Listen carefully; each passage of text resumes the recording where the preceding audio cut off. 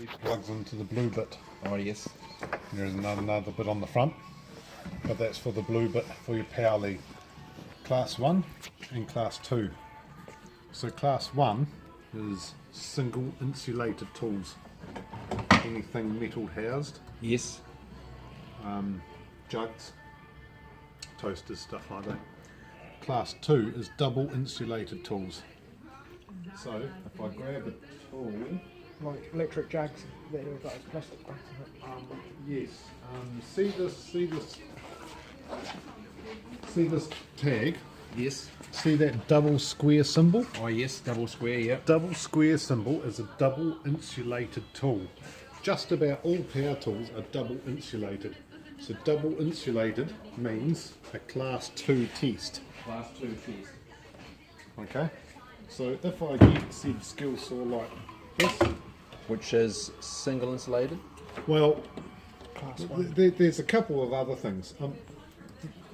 This is a bad example. I'm showing you this because it's an old tool and it's metal housed. Yes. Because it's so old, it doesn't have a double insulated symbol on it, but it should have a double insulated Oh, I symbol see, on it. yes.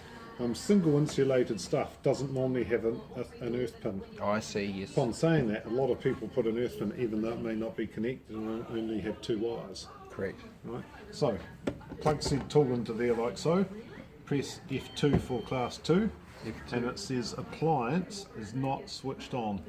So, pull the trigger. I have to keep my hand on the trigger. It's going to run through the insulation test, and it's a pass. It's That is class it. 2. Now, to officially tag a tool, you have to do a visual inspection, and you have to put 500 volt down like that does to do a test, okay? So a visual inspection means you run your hands down the sleeve to see if you can find any knots. If you find a knot, Yes. then you have to stress it. Yes. And then you have to be able to see the red or green or yellow wires underneath it, right? Yes. So don't go looking and go, oh, you know, that'll be fine. Stress it like that. So you need to give it a visual inspection. You also need to make sure that the tool is safe. So does the guard retract nicely? Right? Is there a split in the housing that would make it unsafe? Is whatever the blade on backwards? When you take a 5-inch angle grinder, Yes. if it doesn't have a guard on it, you can't No pass. tag it. Even though you can plug it into here and it will say pass, you can't put a tag on it. It has to pass the visual inspection. Visual. If you take a slide saw and the handle's like that, you can't tag it, right? Because it's unsafe to use. If you drop the lever and the guard doesn't retract properly, The guard's broken. yeah, the guard's broken down here, the wheels are broken off it. Generally speaking, if there's something on it that would encourage someone to move their hands and get their hands in the way of a blade, you can't tag it. Yes. So behind tagging, effectively what you need to do is you need to keep a diary, and on that diary you would put one Black & Decker skill saw, that is a 7301-06, Oh yes. and you would donate it, we would donate it to Toolshed, we would go TS001 in our wee book, right? And then every 3 months or 6 months when you tag it, you come along to that book, you open up your book, you go, right, where is my Black & Decker 73106? There it goes, there it passed last time, I give it an inspection, I do the test, and I put a tick beside it to say that I've tagged it. Yes. Right, so by law you have to keep a diary, A record. or a record by law, and you have to give it a visual inspection, and then you have to do the test. If we were doing an extension lead test, Can I give you a question on your saw first? yes, When you pull the trigger, is that giving you say 400 volts down the 500 volt down 500 the line. volts Yep. down the line? No Can amps. you get a shock at any stage by No. touching this? No, For you testing can't- it? None of this will give you a shock. Shock. None of it is bad. None of it is dangerous. It's all very, very safe. By law, they want 500 volt down to test for earth leakage. Yes. Right? But there is something else I'll show in this. But realistically speaking, there's no amps behind it, so No you amps to can't get a kill. shock or anything like that off it, right? Now, just about all power tools now are plastic, hence double insulated. Some of them are plastic, metal and plastic. They're still plastic on the outside. Okay. If you've got metal on the outside, then you need to make sure that you're not going to get a shock off the metal. You can plug it into here. You can give it the test and pull the trigger. But maybe you can get a shock off a metal. Some big Somewhere else in the breakers housing. have metal housings. So then what you would do, you would get this lead here out, alligator clip, and plug that into there. And then you would touch this on metal that you can touch.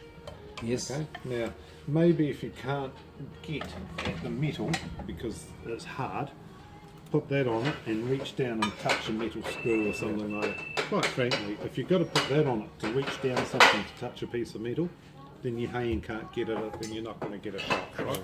And you can't get a shock from it either, it's just a test. You can't get a shock on it at all. So then you attach that to that, and I have to check with Bob. I think you do put it that way.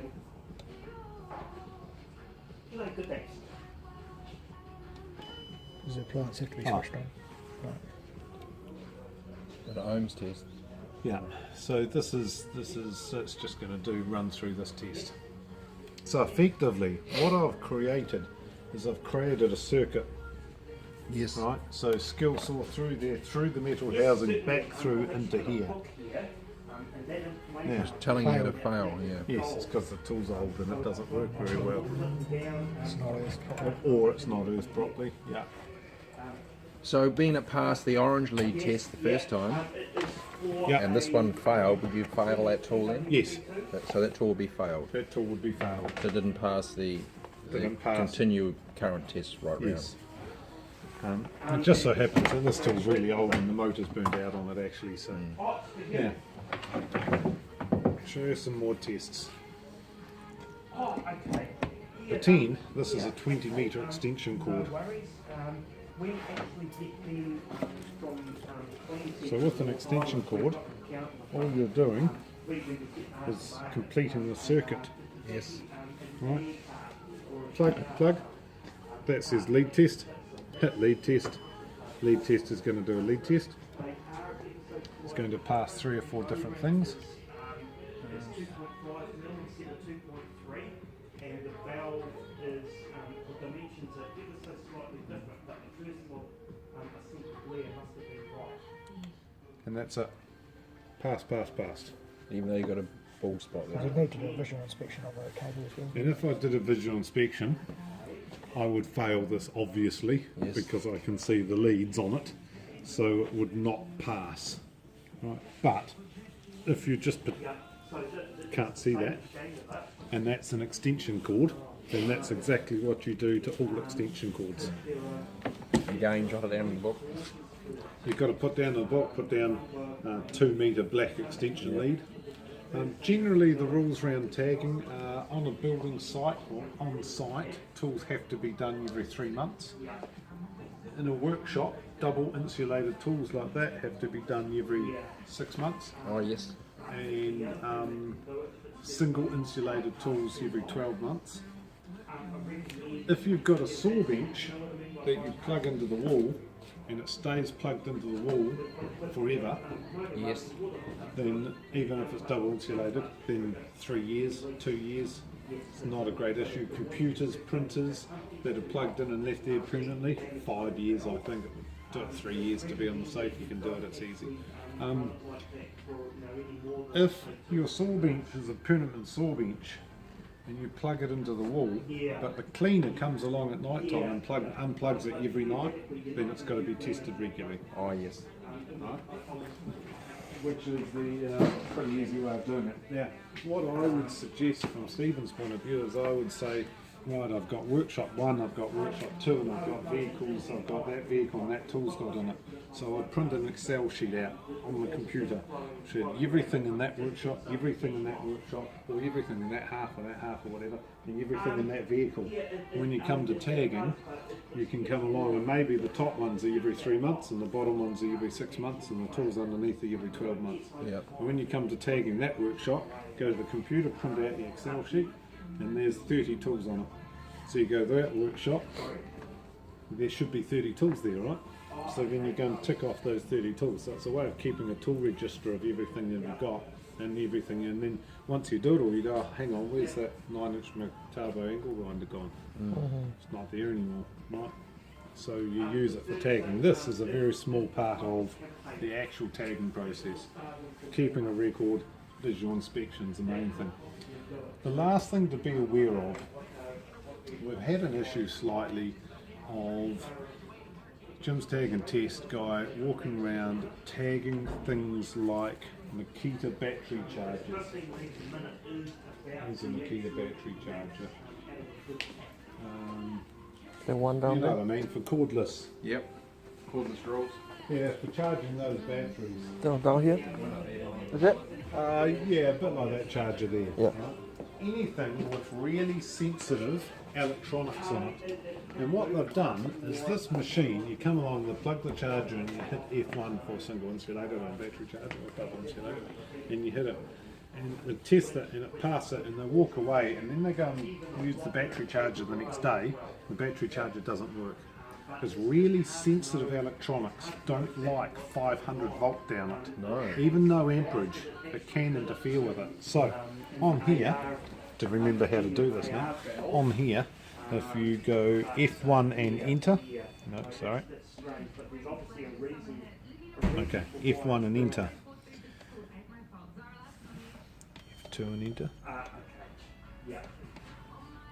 okay, F2, enter and F2. Now it's got TNT, options, change insulation, voltage, next. So we're going to go, okay, and then here you've got 250 volt or 500 volt. Yes. We'll go 250 volt. It says change to 250 volt. Okay, so now when we plug in the battery charger and we hit the test, it's only going to put 250 volt down that charger. So anything with an electronic circuit board in that's really sensitive, Yep. change it. Lower the volts. Right. If I unplug it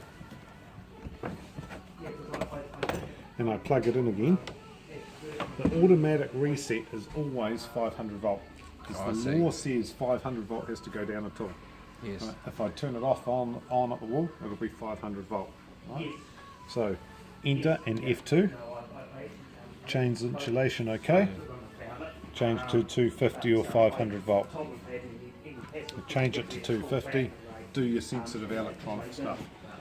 I think if you've got that and you put 500 volt down a battery charger, most of the time you'll get away with it. But battery charger's $200. You know, and electronic boards on an electronic inverter welder or something like that are worth lots of money.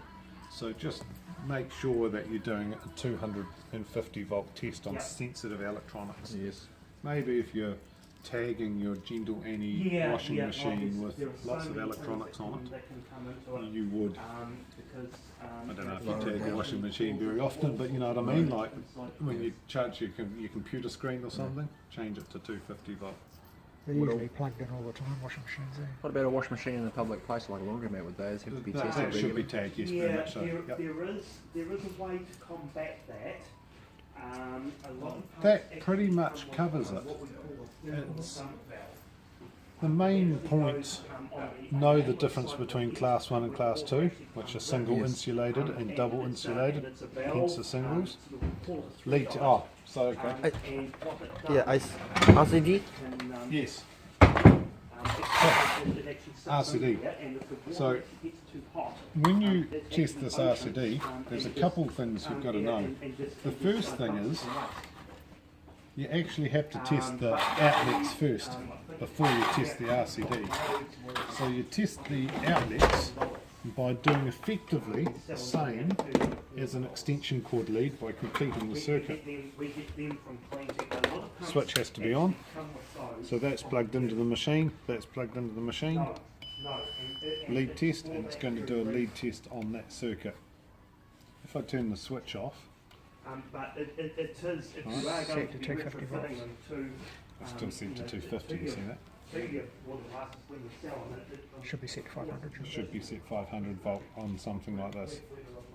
So that's the pass and everything. If we just go enter F2, change insulation, change it to 500 volt.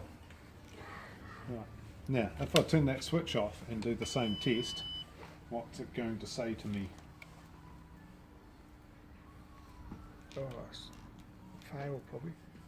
Insulation test, passed. Right, but continuity failed because there is not Oh, a it turned circuit. on. It's not a circuit. And you have to test. Everyone. You have to test every one of them. The great machine about this, the great unit about this unit, as opposed to a lot of other brands and makes, these button symbols are really easy to follow. There's not complicated menus or anything like that. So does this unit have to be tested every solve? In a perfect world, you can't actually tag your own tagging machine, right? Right. You can't do it. Could take another tagger, do you? You can take it to another tagger and tag it. There is actually a certificate on the back of this, which has been tested. Now, in a perfect world, once a year, you bring in the machine, we send it up to Christchurch, and they would test the machine for you. Cost you $250 or something horrendous, and they'll tag it and give it back to you. Stop recording for a second. Stop.